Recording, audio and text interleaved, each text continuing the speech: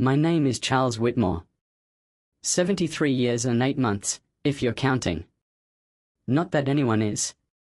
I live in a modest 2-story home at the edge of Fairview, a quiet, indifferent suburb where houses sit like memories no one wants to revisit. Mine used to be beautiful once. Elegant. Now it's just clean enough not to rot. The paint flakes like aging skin, the wood creaks like bones. I keep the hedges trimmed, the porch swept. Respectable decay. I wake at 6:12 every morning, not because I want to, but because my body no longer asks for permission. My hands ache before the rest of me does. Tea at 6:30. 2 sugars. Same mug, chipped on the lip. I don't replace it. That crack feels like the most honest thing in this house. The television stays on mute. The sound is too much, the silence too familiar.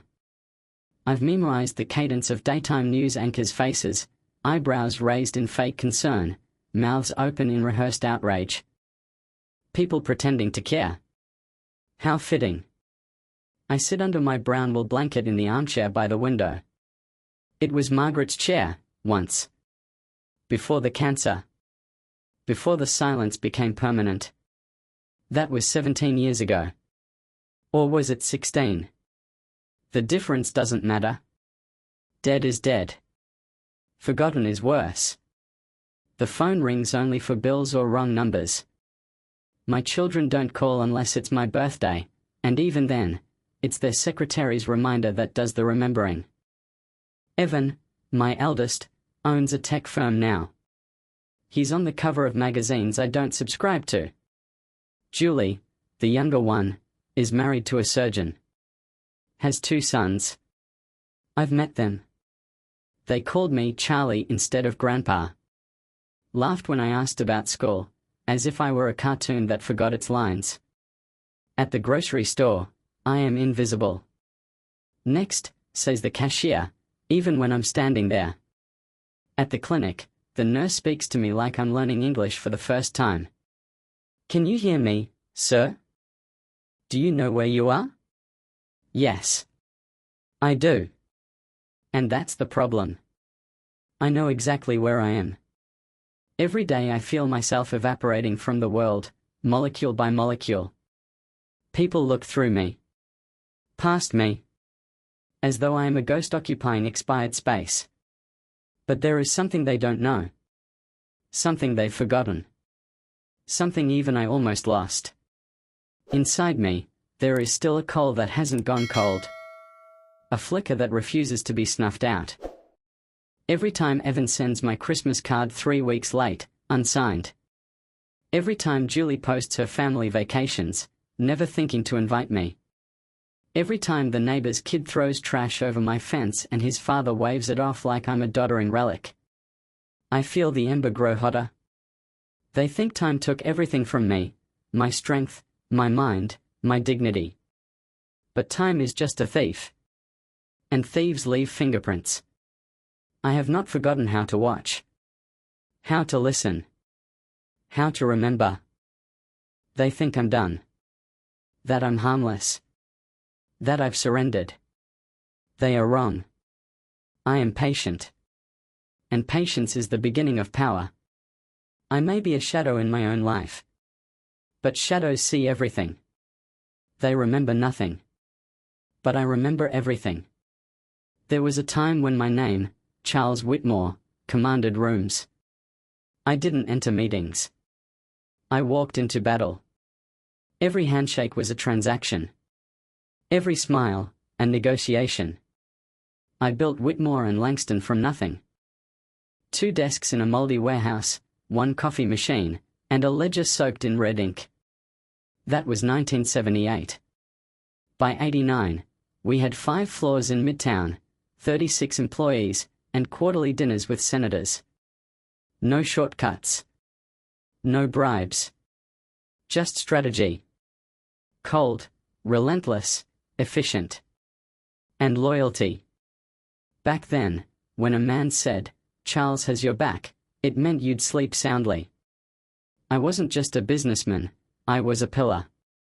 I lent partners money when their wives were sick. Paid for funerals. Took care of employees' kids like they were my own. I remember the faces. The tears. The thank yous.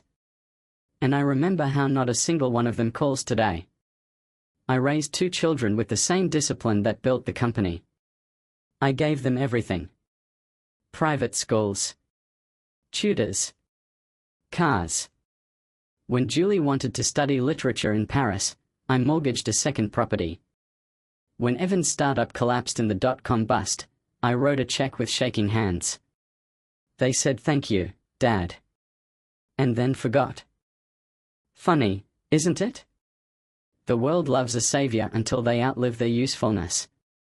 I wasn't perfect. There were betrayals.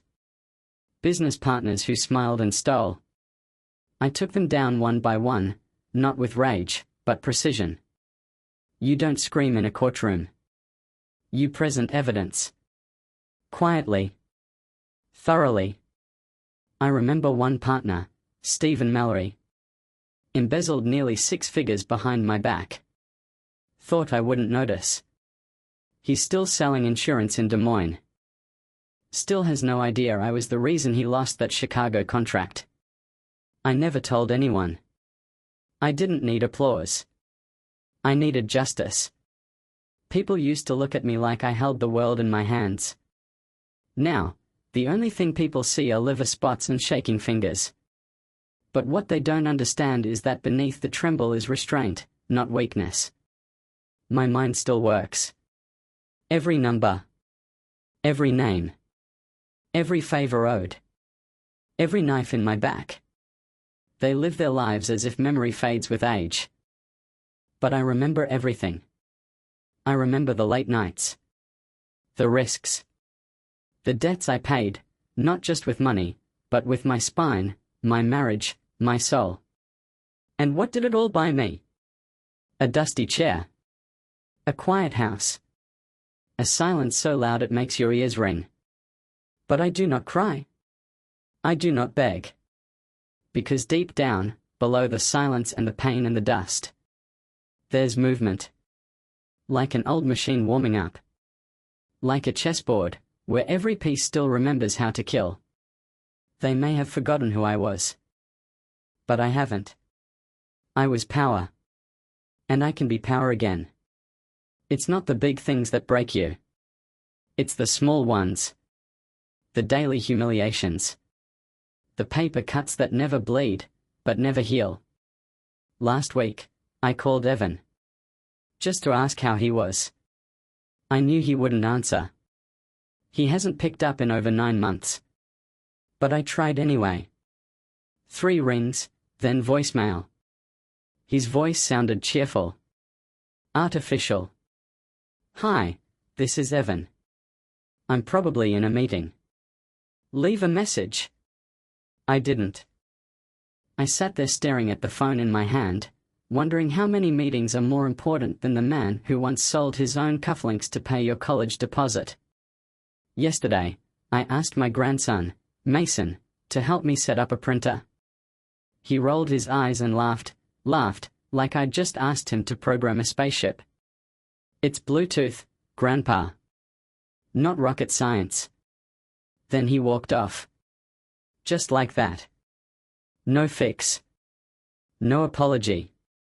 Just dismissal. As if I were a broken vending machine. As if I were irrelevant. They don't realize how closely I watch. How I record every moment. Every gesture. Every snub. My doctor, Dr. Lee, spoke to me slowly, like to a child with a head injury. You do remember how to take these pills, right? I stared at her until she looked away. She didn't even notice. The pharmacist didn't offer me a bag. The boy at the checkout didn't say, "Have a nice day."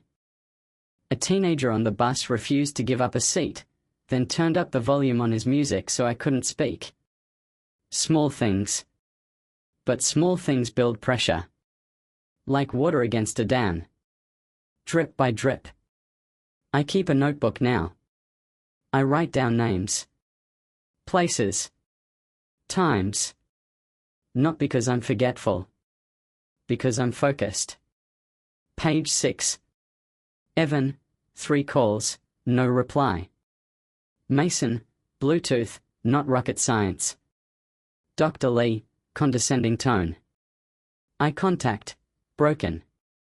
Ms. Fay, neighbor, ignored greeting. Twice. Kevin M. Former partner, still owes favor from 97. Leverage status, unknown. They say revenge is for the young. I disagree. The young react. The old calculate. And I have time. Time and silence. More than enough. When I walk past people now, I don't feel invisible. I feel unseen by choice. There is power in being underestimated. Power in being ignored. Because while they talk, scroll, rush, I sit. I listen. I plan. And when the first domino falls, they'll all look around, trying to find the storm. But storms don't come with warning signs. They come quietly. And they change everything. It happened on a Tuesday. I was carrying 2 paper bags from the corner store, milk, bread, and a jar of peanut butter that reminded me of Margaret. The wind was sharp, colder than expected. My hand trembled slightly, but I was almost home. Then the bag tore. Everything hit the sidewalk, the milk burst open, bread rolling under a bench, peanut butter cracking against the curb like a dropped stone. I bent down, slowly, knees stiff. And then I heard it. Leave it. He can't even stand. Someone laughed. Not cruelly. Not loudly. But enough. Enough to make the heat rise in my chest. Enough to make my ears ring. I looked up. 3 teenagers on electric scooters. One of them mimed a cane. Another pointed at me, whispered something to a girl, and they all kept going. Like I was nothing. Less than nothing. And then something clicked. It wasn't a snap. Not rage. Not a scream. It was colder. Sharper. Like the final click of a loaded gun. I stood. Slowly. Milk running down my shoe. And I smiled. Not out of joy. But recognition. The thing I had buried for decades, beneath compromise, beneath family obligations, beneath civility, it stirred. Not a beast. Not madness. But clarity. I walked home in silence. Each step was deliberate. The cold didn't touch me anymore. Inside, I went to the study I hadn't entered in 5 years. The dust greeted me like an old friend. The floorboards creaked, as if warning me. I opened the bottom drawer of my old desk. Inside, a sealed manila envelope. Inside that, passwords, bank codes, burner contacts. Things I told myself I'd never use again. Then the safe behind the bookshelf. Combination, the 14th of June 22. It opened smoother than I expected. I pulled out an old flip phone. No camera. No GPS battery, still good. And a black notebook. Not the one I write petty slights in. The other one. The names that owe me. Raymond R., former employee. Fired for whistleblowing. Anna P., PR strategist with dirt on 3 politicians. James Ling, private investigator. Discreet. Loyal. Shadow assets, stocks in dummy corporations I left dormant for 20 years. This isn't revenge. Not the kind you see in movies. This is surgical correction. A redistribution of consequences. I was once a king without a crown. Now I am the wind in the walls. I do not knock. I do not warn. The world forgot me. They stopped fearing me. That ends now. The game has begun. And no one knows they're playing. No one saw me coming. Because no one was looking. I made my first move 2 days later. A simple, anonymous tip to a journalist I used to help cover campaign scandals. A familiar voice, disguised by static. "There's something you might want to see," I said, and hung up. Attached was a document, pulled from a 20-year-old email archive, stored offline. A consulting payment made by Evan Whitmore's company to a shell corporation tied to a government contract. Technically legal. Ethically radioactive. By Thursday, the headline was everywhere. Nepotism and ghost payments. Is Whitmore Tech playing dirty? My son didn't even call. But I know what his silence meant. Panic. Scramble. Damage control. Strike one. Mason, my charming little grandson with the smug laugh, had recently secured a modeling contract with an eco-brand. I visited their headquarters once, back when their founder begged me for a startup loan. He never repaid it. But he owed me. I made a call. Told him to review Mason's social media from 2021.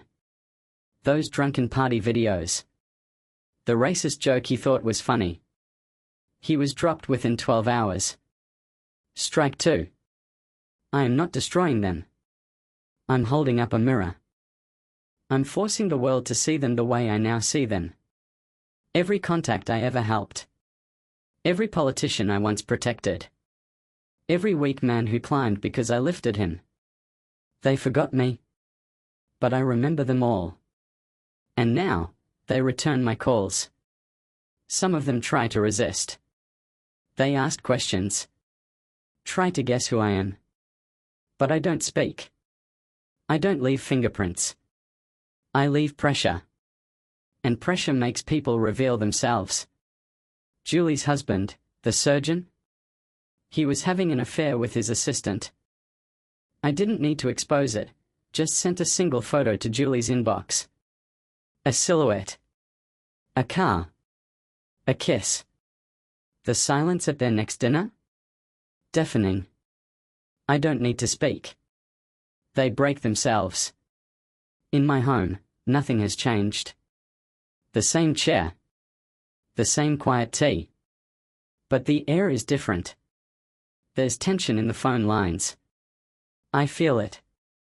Calls come every day now. Unknown numbers. Messages that say, "Dad, can we talk?" They want something. Forgiveness, maybe. Or mercy. But I do not respond. Because this is not about punishment. It's about revelation. They left me alone in silence. Now silence is my weapon. They don't see me. But they feel me. Like a cold breath on the back of the neck. Like a shadow at the end of the hall. I am not the man they buried in comfort. I am the reckoning they never imagined would come. And I'm not done yet. No one thanks a storm for the rain. They only curse the flood. It's quiet now. The dust has settled in ways only I can see. The headlines have faded. The public attention has moved on, as it always does. But inside certain offices, homes, and hearts, the wreckage still lingers. I didn't destroy anyone. I simply allowed them to face themselves. And most people are not built for that. Evan's company didn't collapse, but his partners walked. Quietly. Strategically. He still smiles in interviews, but it's thinner now. Nervous. The eyes of a man who's lost the illusion of control. He called 3 times last week. Left voicemails. Dad. I'm sorry I've been distant. Things have been rough. I'd love to talk. Maybe dinner? I didn't answer. Julie came to the house yesterday. For the first time in years. No makeup. No performance. She stood at the door, holding a pie like it was a shield. Hi, Dad. Her voice broke on the second word. We Saturday. We talked. She cried, though she didn't know why. I listened. She asked, finally, have we done something? Did we hurt you? I didn't reply. Instead, I looked her in the eyes, the same eyes I used to wipe tears from when she scraped her knees. And she saw it. Not rage. Not hate. But knowledge. She left shaken. That night, all of them came. Evan. Julie. The grandkids. The surgeon husband, uncomfortable in his silence. They sat in my living room like strangers at a wake. I said nothing. Because what was there to say? This wasn't about revenge. Not truly. It was about presence. I reminded them I existed. Not just in bloodlines or photo albums, but as a man who once held their worlds together. They thought I had faded. I showed them I had simply stepped back. Now they look at me differently. With caution. With care. But not with love. And that's all right. Because love without respect is decoration. And I was never meant to be decorative. This morning, I opened my notebook one last time. I turned to the final page. Wrote one sentence. Old age is not the end of strength. It is the final form of it. Then I closed it. Locked it away. Not out of secrecy. But out of peace. Because some storms don't return. They don't need to. They've already changed the landscape forever. Subscribe and like. And tell your friends about this video.